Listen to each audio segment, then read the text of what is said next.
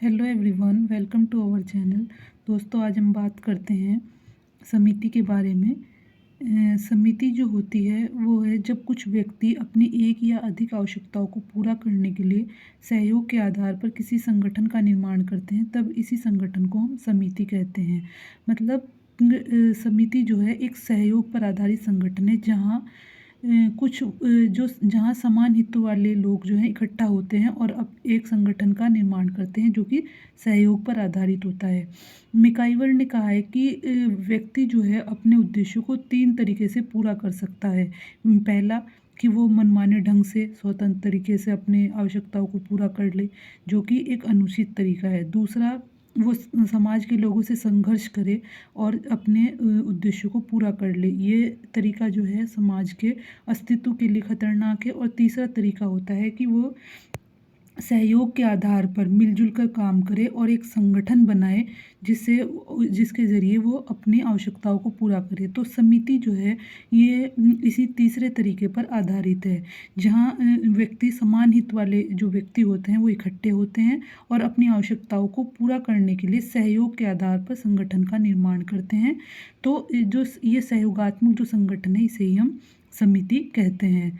तो यानी जो ऐसा संगठन जो कि आवश्यकताओं को पूरा करने के लिए सहयोग के आधार पर बनता है उसे हम समिति कहते हैं। समिति जो है हमारी आवश्यकताओं को पूरा करने का महत्वपूर्ण साधन है। मिकाई और पेज ने कहा है कि समिति व्यक्ति या कोई भी वह समूह है जो किसी विशेष उद्देश्य अथवा उद्देश्यों को प्राप्त करने के लिए संगठित होते हैं। यानी एक ऐसा संगठन, एक ऐसा समूह जहां हम अपने किसी उद्देश्यों को प्राप्त करने के लिए इकट्ठे होते हैं। यानी किसी भी समिति का निर्माण सिर्फ इसलिए होता है कि हमारा कोई उद्देश्य होता है जिसे कि हम समिति के जरिए पूरा करते हैं। दूसरे नंबर पर आता है बोगार्डस के अनुसार किसी विशेष उद्देश्य को प्राप्त करने के लिए मिलजुल कर कार्य करने वाले व्यक्तियों के समूह को समिति कहा जाता है। यानी कोई उद्देश्य है जहाँ समान हित वाले लोग हैं वो मिलजुल कर जो है अपने कार्य जिस समूह के जरिए अपने मिलजुल कर कार्य पूरे करते हैं उसे व्यक्तियों के उस समूह को जो है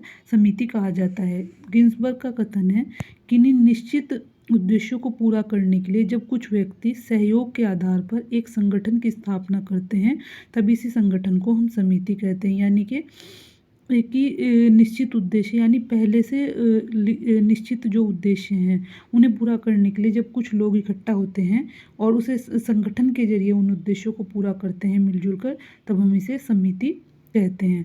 अब आते हैं समिति की विशेषताओं के बारे में कि समिति की विशेषताएं क्या हैं। सबसे पहले नंबर पे आती है समिति व्यक्तियों का संगठन है। यानी जिस तरीके समिति जो है व्यक्ति का एक ऐसा संगठन है जो कि मूर्त है, यानी जिसे हम देख सकते हैं, जहाँ बहुत सारे लोग जो हैं जो जिनके हित एक जैसे हैं उसके ज़रिए जो है समिति के ज़रिए उस संगठन के ज़रिए अपनी आवश्यकताओं को पूरा करते हैं।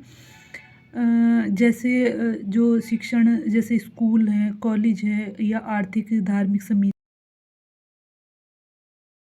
ये सब इसी तरह की समिति हैं जिनके जरिए इंसान जो है अपनी आवश्यकताओं को पूरा करता है। दूसरे नंबर पर आता है निश्चित उद्देश्य। जो समिति के जो उद्देश्य होते हैं यानी जिन उद्देश्यों की पूर्ति के लिए वो बनाई गई है उसका एक निश्चित उद्देश्य होता है और उस उद्देश्यों को पूरा करने के बाद जो है समिति जो है कई बार भंग भी कर दी जाती है। तो यानी उनके उद्देश्य जो होते हैं निश्चित होते हैं और लिखित होते हैं पहले से ही। तीसरे नंबर पर आता है विचारपूर्वक स्थापना। समिति की जो स्थापना की जाती है वो पहले से ही विचार करते हुए की जाती है। मतलब विचारपूर्वक स्थापना की जाती है कि पहले से योजनाबद्ध तरीके से और इनके जरिए जो है कोई निश्चित उद्देश्य होता है हमारा उसे पूरा करने के लिए हम समितियों का यानी इन संगठन का सहारा लेते हैं। तो इसके बाद जो है समान उद्देश्य वाले लोग एक साथ इकट्ठे होते हैं और अपने जो उद्देश्य हैं उसे इस संगठन के जरिए पूरा करते हैं। चौथे नंबर पर आती है ऐच्छिक सदस्यता। समिति की जो सदस्यता होती है पूरी तरीके से आपकी अपनी इच्छा पर बेस होती है। इसमें किसी भी तरह की कोई बाध्यता नहीं होती। अगर आपका कोई उद्देश्य है उसके लिए आप किसी समिति को ज्वाइन करते हैं, आप उसके सदस्य बनते हैं और अपना उद्देश्य पूरा होने के बाद आप उस समिति को छोड़ भी सकते हैं। उसमें बाध्यता जैसी कोई भी कोई बाध्यता जैसा गुण नहीं होता कि आपको उसका सदस्य बने रहना है, बल्कि आवश्यकता पूर्ति के बाद आप उसे छोड़कर किसी दूसरे समिति के सदस्य भी बन सकते हैं। चौथे नंबर पर आता है एक औपचारिक संगठन। समिति का जो संगठन होता है वो पूरी तरीके से औपचारिक होता है, यानी कि ये एक ऐसा औपचारिक संगठन है जो कि सिर्फ उन्हीं उद्देश्यों पर बेस्ड होता है जिनके लिए इसका निर्माण किया गया है। इसमें प्रत्येक जो सदस्य होते हैं इसके, उनका अपना एक काम होता है और इनके जो संबंध होते हैं आपसी, वो पूरी तरीके से औपचारिकता पर बेस्ड होते हैं। उसमें किसी तरह की गहनता और समर्पण की भावना देखने को नहीं मिलती। अब आता है सुनिश्चित नियम। समिति के जो नियम होते हैं वो पहले से ही सुनिश्चित होते हैं। उनमें पहले से ही सुनिश्चित और लिखित नियम होते हैं जिनके आधार पर वो समिति जो है काम करती है। और इन समितियों के जो कोई भी समिति इस तरह की आपको नहीं देखने को मिलेगी जो कि समाज विरोधी नियमों पर काम कर रही हो। समिति के नियम जो है समाज के द्वारा प्रमाणित होते हैं और उन्हीं के आधार पर सब कोई भी समिति जो है काम कर रही होती है। और इनके जो उद्देश्य होते हैं वो समाज के हित में ही होते हैं। अब आता है समिति एक साधन है, यानी समिति जो है एक लक्ष्य ना होकर एक साधन है। यानी जो लक्ष्य है हमारे, यानी जो उद्देश्य है उसे पूरा करने का एक साधन है। जब हम किसी उद्देश्य को पूरा करना चाहते हैं तब हम इकट्ठे होकर एक संगठन का निर्माण करते हैं जिसमें सभी वही लोग होते हैं जिनके उद्देश्य एक जैसे हैं। तब तो समिति जो है एक साधन है उस उद्देश्य को पूरा करने का जो कि हमारा लक्ष्य है। अब आता है कि सहयोग की प्रधानता। समिति कोई भी समाज हो या समिति हो, उसमें दो तरह के सहयोग और संघर्ष होना एक आम बात है।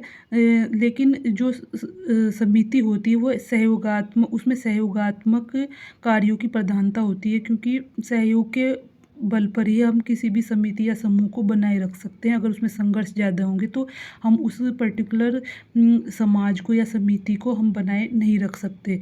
अब आता है अस्थायी स्वभाव। समिति का जो स्वभाव होता है, मतलब जो प्रकृति होती है समिति की, वो अस्थायी तरीके की होती है। यानी जैसे ही आपका जो कार्य हो जाता है तो कई बार समिति को जो है भंग कर दिया जाता है या वो अपने आप ही भंग हो जाती है। ये पूरी तरीके से उद्देश्यों पर बेस्ड एक ऐसा संगठन होता है जिन्हें जो है हम अपने उद्देश्यों को पूरा करने के लिए बनाते हैं, और उद्देश्य पूरा होने के बाद हम उन्हें भंग कर सकते हैं या दूसरे समितियों की सदस्यता को ज्वाइन कर सकते हैं।